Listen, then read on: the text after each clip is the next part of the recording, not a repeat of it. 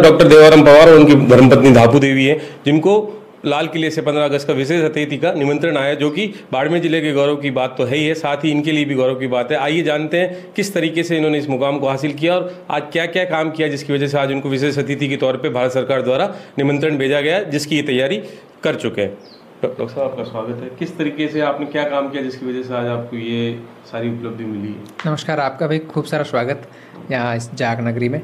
और हम लोगों ने शुरुआत है वो एक औषधीय खेती, जो गूगल, जिसको वैज्ञानिक नाम है कॉमीफेरा वाइटी, उसकी हमने खेती प्रारंभ करी अपने एक क्लस्टर के साथ में।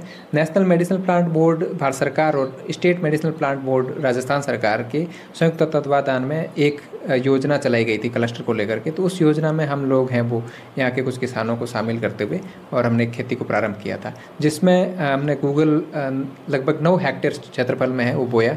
अक्सर हम देखते हैं पुराने समय से तो यहाँ पर जो लोग अपने पहाड़ों से या उस तरह से जो उगता था उसको लेकर के आते थे और धूप में काम लेने तक सीमित हो जाते थे। धापू भी उनसे बात करते हैं, किस तरीके से 15 अगस्त को आप जा रहे हैं, क्या तैयारी करी, कोई नई ड्रेस वगैरह पहनी, तैयारी करी, कैसे जा रहे हो?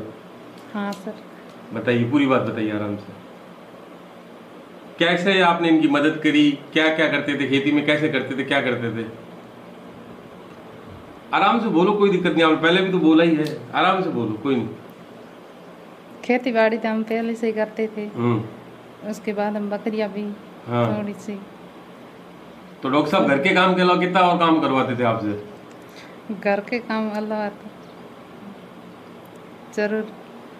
कितना टाइम लगता था आप खेती जब में जाते थे, कितना टाइम खेत में या उन पौधों के लिए देते थे आप?